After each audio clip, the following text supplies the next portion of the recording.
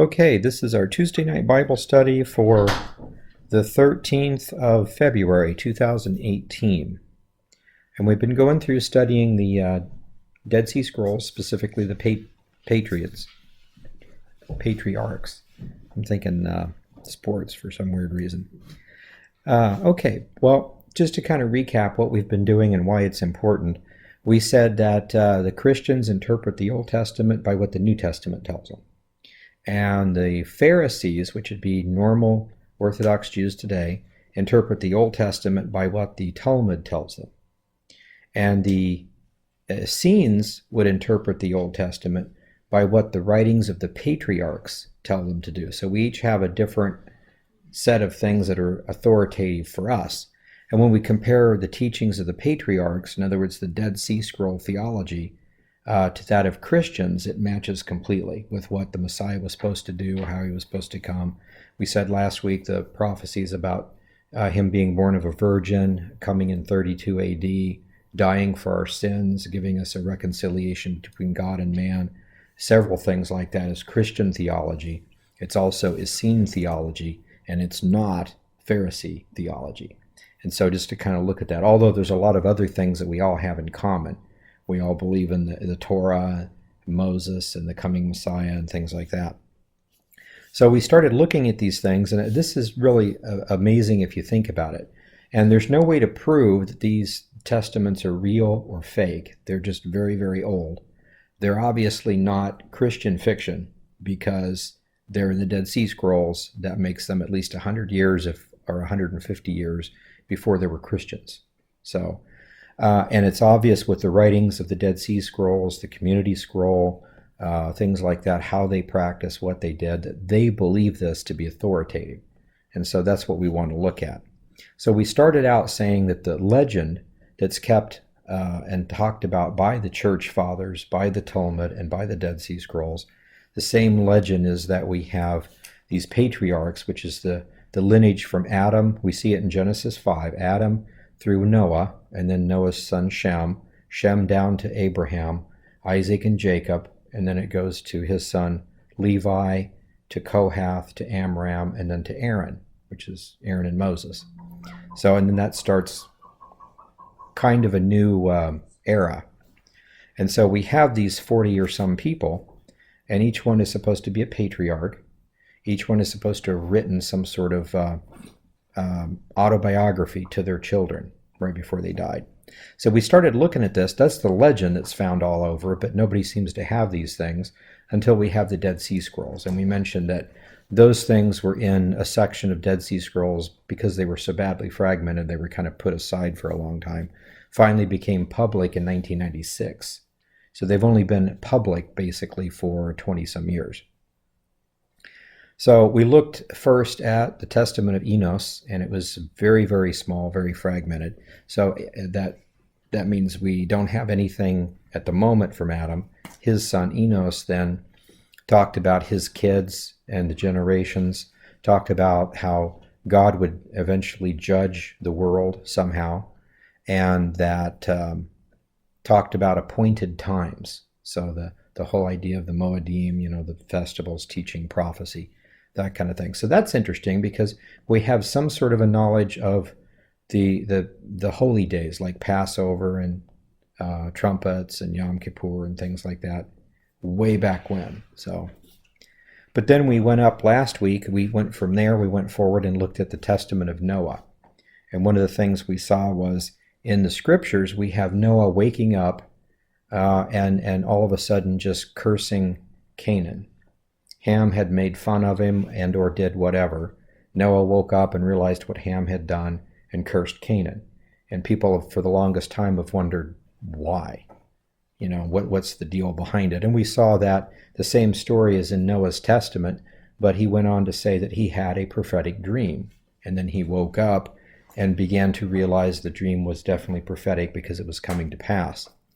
And so realizing what Ham was about to do, what Canaan was about to do, there would be some other figure we know now as Nimrod, what he was getting ready to do, and that he would be the only kid that he could trust out of his three was Shem. So then he proceeded to tell Shem the dream anoint Shem to be the next Melchizedekian priest and have that priestly line go down through that way. And so that was pretty amazing just to kind of see that. And the dream talked about how those things would happen there at that time period. And then eventually a Messiah would come. And then eventually there would be a judgment. And rebels would be thrown into a lake of fire. And that was pretty much the dream. Of course, the dream is kind of fragmented. But again, one of the main things we want to look at with these things is to see the symbolism. When you see a vine or a cedar tree or a fig tree, or things like that, in all of these dreams, it's always the same meaning. So when we see other things like dragons or stars or whatever, it's logical to assume once those are interpreted, they would have the same meaning. So this is part of what the School of the Prophets would do. You study all the prophecies, the ones that are completely fulfilled, and you know for sure they're fulfilled. Then you know for sure what the symbols mean. And then later on, another prophet has a dream with the same symbols, then you can almost immediately interpret at least half of it. And so that's one of the things that you learn from studying the School of the Prophets. So then we have a little bit of the Testament of Abraham, and we have nothing from Isaac, and at the moment anyway. And then we have the Testament of Jacob, and I thought we would look at the Testament of Jacob today, and then later on go through. Jacob's is very, very small. But one of the things I've been doing is going through some of the other scrolls. And I stopped because I wanted to go through the Mishnah Torah, looking for information about Gentile law and just other things. And the Mishnah Torah is like a commentary on everything. So how do you do sacrifices in the temple? What are the purity laws for women? What age can you get married? Just anything and anything with Jewish law, the commentary on that. And I got to this one place I thought was interesting. It was talking about the Shema Israel, Adonai Eloheinu, Adonai Echad, which is what you say, it's in every mezuzah and in most of the Teflon. Basically means, listen, Israel, the Lord your God, the Lord is one. And it's something that's repeated all the time.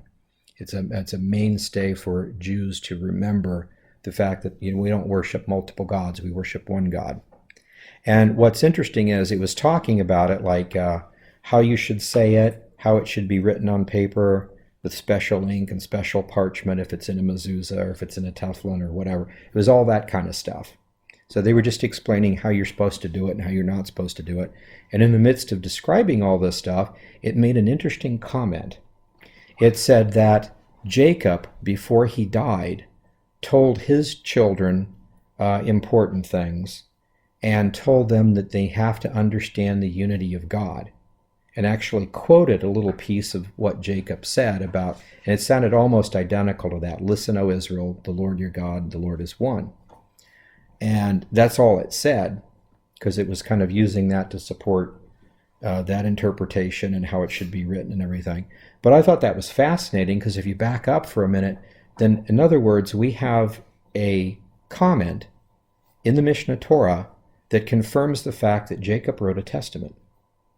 So here's one more commentary or comment from things scattered all over the ages where everybody knew there really was a testament of Jacob. Of course, now the official thing is we don't have it anymore, but then you got to ask, well, how did you know he made that little comment that you quoted from? Where did you get that quote? Well, it's so old we don't know. Well, yeah, but it was preserved by the Dead Sea Scrolls, of course, because they considered it the bedrock of how you interpret things. So it's their source. I just thought that was fascinating. So the more we look, as long as you know what you're looking for, eventually you run across these things. One more comment proving there is Gentile law, Noahide law. One more comment from this section here talking about patriarchs. So pretty amazing. So let's look at that. And this isn't going to take very long because this is short. The quote that they have of Jacob talking about the unity of God is not in here. So that's interesting. So there's a lot more to it, I'm sure. But the Testament of Jacob, it's Dead Sea Scroll 4Q 537, which means it was a scroll found in Qumran in the fourth cave. And it's the 537th scroll that they cataloged. And so this is what it says. Fragment 1 says, something about your descendants. Okay, that's the end of a sentence. And then it says, all just and upright men will survive. So we're talking about some sort of bad time or something, time of trouble. Absolutely no deceit or debauchery is to be found. It sounds like a command. And then there's more of it. And then the next sentence says, now, take the tablets and read everything. So somebody's talking to Jacob and telling him to take this information written on something and read this information. I thought that was interesting.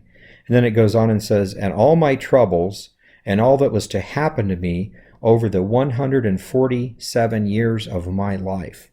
So if this is true, there was some sort of a prophecy, and he knew that he was going to live to be 147 years old.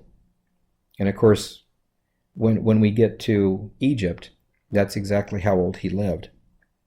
And he said to me, take the tablet from my hands, something. So then I took the tablets from him, and I saw written in them that you would leave there on that day. Sounds like a prophecy about the Exodus. Now, understand, if this is Jacob, we have Abraham, Isaac, and Jacob. God had given Abraham the promise of the 400 years, at the end of which your descendants will have went somewhere, been enslaved, and I will bring them out on that day, and they will come back here and form a great country. So that was a prophecy given to Abraham, which would have been told to Isaac, which would have been told to Jacob. So Jacob definitely knew of the 430 years and the 400 years. So, if you believe in prophecies, you get your calendar out, just ask your grandfather, Grandfather Abraham, how old were you when you had this? Oh, I was 70, or I was 50, or I was whatever. So what date was it? It was on this festival. So you just get out the calendar and mark them, and you'd figure out when they're going to come out from some unknown land as slaves and come back here and be led. So it's interesting. But it goes on and says, I saw there that you would leave on that day, corrupted, somebody or someone is corrupted before the Most High. And that's all that first fragment says. But it's got a lot of interesting things to it. A lot of times I look at this and I think, well, he wouldn't have known that yet. Well, it could be prophecy, so that's okay. But then you start thinking about it. It's like, actually, they would have all known about Abraham's prophecy. They would have all known about the Messiah. If they had access to Enoch's records and other stuff, they'd know about the virgin birth, those kind of things. But he's being told this by somebody. It could be a vision, an angel, or something like that, or it could just be, this is what Dad gave me, But either way, it's the information we're looking for. Fragment 2 says this, and this is also something that he sees or was written about, or somebody saw in a vision. How the temple will be, and how their priests will dress, and the purification rites, how they will offer sacrifices on the altar, how they will each eat part of the sacrifices as their food, and in the whole land, something, who will leave the city and from under the walls, and they will do something. Before the land there will be 2/4 parts of something. And so this is an interesting thing here. We're seeing that, and when you go back to Enoch and Abraham's testament and Noah's testament, there are these glimpses of, a temporary tabernacle type structure, and then one made out of stone, basically, once they get to the land they're supposed to go. And I don't know what you would call that. We would call that Israel today, and of course Jerusalem is the city, and the Temple Mount is where the temple should be built. And again, if everybody knew about Abraham's prophecy, that you're going to corrupt yourselves, you're going to get put into slavery somehow, somewhere, and when you come out so many years later, you'll be brought back here, build a temple right over there. Everybody would have known exactly where. So that's pretty interesting. So in here, in this vision, he's being shown, he knows that there's priests, slightly different from his type of priests. There's purification rites, sacrifices. I thought it's interesting here that apparently the city gets besieged a few times or whatever, and they leave from under the walls. So he sees the fact that under the Temple Mount is a series of catacombs of something. So I thought that was pretty interesting. And fragment number 3 just says this: something of the land, and you will eat its fruit and all that is good, and you will live. So they're being blessed by being brought into the land of Israel. And then it says, then go insane and err, and go on the path of error, something of your wickedness, until finally you will be to him a something. And of course we can look at history and see what happened. The Lord blessed them. They came into the land of Egypt, or the land of Canaan rather, took it, became Israel. The Lord blessed them to the time of Judges and David and Solomon, and then the kingdom split. They become perverted and they get expulsed. So Nebuchadnezzar comes in, destroys the temple and those type of things. So we see this, and this is a consistent theme throughout all of these. We saw with Enos just enough to see that somebody somehow got corrupt and brought some sort of judgment from God sometime. And then with Noah, he's saying the lineage goes through Shem, and through Shem somehow the Messiah will come and fix everything, and there'll be this judgment, and people will be thrown into a lake of fire. And in the meantime, there's going to be these wars in Canaan. And then now with Jacob, we're being told, well, I have a vision of the priesthood after we come back from Egypt. Of course, he doesn't know it's Egypt, but come back from slavery. And these type of things happen, but apparently you mess up again, and there's wars, and which is pretty much insane if you think about it. There's only one God. He loves you. He says, just follow directions. I'll make all your enemies go away. I'll make sure you got tons of food. You won't have any sickness. Just follow orders. And you decide not to. To me, that's insane. So how many of us would like somebody to come along and say, just quit your job, and as long as you do what I tell you to do, you'll have all the money that you need. You'll have all the food that you want. I'll make sure that you never get sick. And when people try to come against you, they'll try to come against you. I'll call somebody and they'll disappear. I will make sure your life is perfect. And you say, no thanks. I think I'll go out to eat out of a garbage can instead. That's insane. So, and that's what he's talking about here. So just to kind of pull this together, I thought this was interesting. I'll read the commentary out of the book. This is on page 43 of Ancient Testaments of the Patriarchs. Pulling it together, the fragments of the Testament of Jacob seem to be saying that he saw in a dream his descendants would be enslaved in a foreign country and leave on a specific day. And that you could figure because of what Abraham was promised and what he had prophesied. You know, in the book of Jasher says kind of the same thing, that they all knew the date of when the Exodus would take place because of the 430 years to the day. And it's logical. And there was even a small tribe, or a small section of the tribe of Ephraim or somebody, I forget, that miscalculated the date. And it's a really good example for us. They decide today is the day. So they gird up, they just take off. And most of them get killed. A few of them make it back. And it's just a good example. It's like, go ahead and try to calculate the prophecies and find the dates, but understand you might not have it calculated. And when the Lord says, remember in the prophecy with Abraham, I will create a mighty hand and I will bring you out of Egypt. He doesn't say, I'm going to say, today's the day, here's a sword, go for it. Sometimes he says that, but look at the prophecy specifically. You just don't decide today's the day and you get up and you go do it. When it's the right time, I'll make it happen, and I'm not going to leave anybody if I have to drag you kicking and screaming, you know. So totally different idea. So it goes. The commentary goes on saying they would enter some sort of promised land. Some of them would become priests and work in a magnificent temple that had underground passages, holding on to amazing relics. The rituals of those priests that they would perform were described to him. But in time, that priesthood would become corrupt. And this is a consistent theme, and we'll see that as we go through a lot of the others. The consistent theme is that the priesthood becomes corrupt, they reject the Messiah, And when he comes, they actually put him to death. We'll see that even from the testament of Aaron. This would be Moses' brother, saying the same kind of stuff. And again, it's fragmented, so you don't get a whole lot of detail, but it's enough detail we see the same basic prophecy. God takes Abraham. Through Abraham, he's going to make this special country, and the Messiah is going to come through it. By the time the Messiah gets here, Israel's messed up somehow. And we're not told how. Looking at these, we don't know if they messed up, if they all got sick and died or whatever, but something got messed up. Of course, when we go back to history, we can figure out exactly what did happen. And some of the stuff is actually described in the book of Jubilees as well.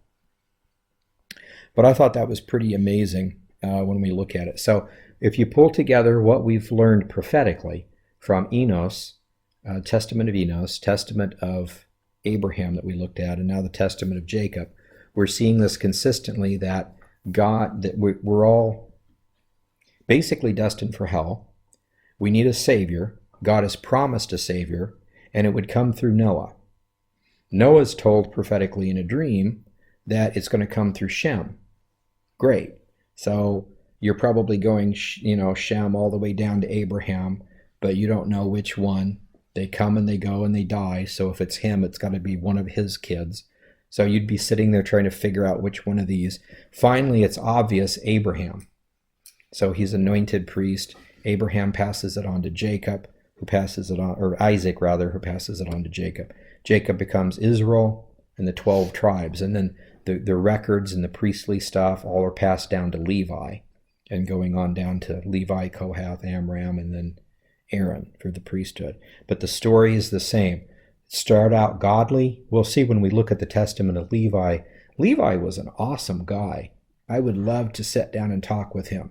He loved the Lord. He realized at a certain point in his life, he's not saved. And unless he accepts the Lord, he's not going to make it. And he realizes, that's the state of 90% of the people out here.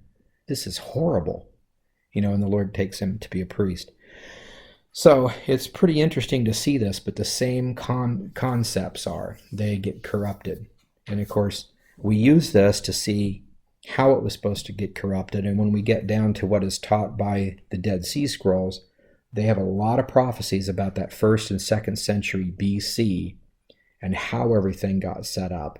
And then when we look now at the history from anywhere, the Jewish history, from Josephus, from secular history, they all talk about the same thing. I mean, factions start, wars happen at certain times, and it's just history. You can't deny it. And so you get to see exactly what happened and figure these things out. So at that point, we'll stop for tonight. Any questions? What was the approximate time that he would have received it? I mean, what would he have been doing at that time? Would it have been while he was still in Canaan, in Israel? Received the vision? Yeah. We're not exactly sure. Now, you could go back in Jubilees and have basically the same story and get an idea of how old he was when he did whatever.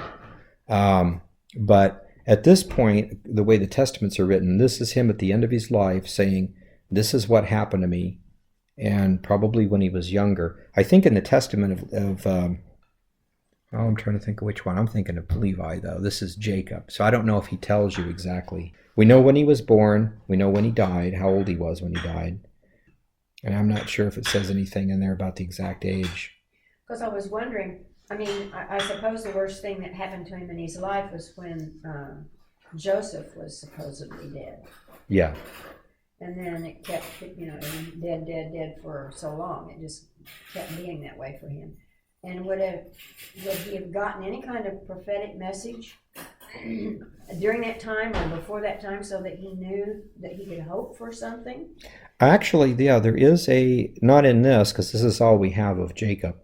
We know it really existed because of them talking about it. But when we get into his kids, the 12 tribes, those testaments, they will make comments about going and talking to our father Jacob or our grandfather Isaac or whatever, and having conversations and stuff. And a couple of them mention that they would have dreams of certain things happening, And one of the testaments, I don't remember which one it was, but they mention Joseph was there doing something in this dream, and then Levi was there doing something, and then Jacob makes the comment in this testament that every time you guys have a dream about this kind of stuff, which is what's going to happen to your children and the tribes and all, Joseph is always in there with you. That tells me that somewhere on this planet, my son's still alive. Or at least has had kids and maybe died. But I mean, he didn't get killed by the animal, you know. And so they're all like, oh man, I wish I could tell you, but I'll get killed if I do. So, but so that's interesting. So there's little comments like that. So I don't know if apparently he never really had a dream like that, but he, again, realizing the dreams and which ones are real, and then noticing every time you do that, Joseph's in there too. He must be alive. So it's neat to see that, people paying that close attention to their dreams. The other thing, I understand that he was brought back and buried right after his death. Mm-hmm. But Joseph had to wait until they came back to Canaan for his bones to be brought back. It had something to do with him being a government official, and he had to be entombed in the right spot. Oh. And it would be illegal for you to take anything like that. Be like if I walked to Egypt now and wanted to take the mummy of Ramses out because he's my relative, the answer would be no. You know, but once Egypt is completely obliterated, that's kind of irrelevant. As far as I can tell with what the patriarchs say, the general idea is when you die, you're supposed to immediately take the person back and bury him in Canaan. And they did that to the majority of them. But somewhere along the line, depending if they were in the government or whatever, it was forbidden. So they had to let it stay. But the comment that most of them would make is like, when you leave, make sure I leave with you, because I need to be buried over there where I'm supposed to be buried. And we know that Rachel is buried right outside of Bethlehem, not in the cave of Machpelah where the others are, but it's a lot of people buried in the cave of Machpelah apparently. It's crowded in there. Oh, I know what it was. That when the Jews left, it destroyed Egypt. Mm-hmm. I mean, they really were not, there was nothing left when they left. Right, you got the entire slave labor force leaving with all the gold and the jewels. The army went after him. The entire army got destroyed in the Red Sea. Mm-hmm. So what's left? You've got maybe a pharaoh if he survived. No army, no crops because of the plagues, no cattle hardly. There's no food, no army, no slaves, no nothing. You know, and it's interesting to look at that. For the next time Egypt's mentioned as a power to be reckoned with is 500 years later. 500 years. You can think about it. Every time they start getting ready to do something, anybody with any kind of a small army could waltz right in there and wipe them out again. Right. You know, so it's going to take a long time for them to recoup and become a nation again. Yeah, it is. The more stuff we go out there and look, the more we can find. That's why it's exciting now, Israel beginning to do more digs in the Qumran area and beginning to discover more scrolls. It's going to be really amazing in the next few years, I think.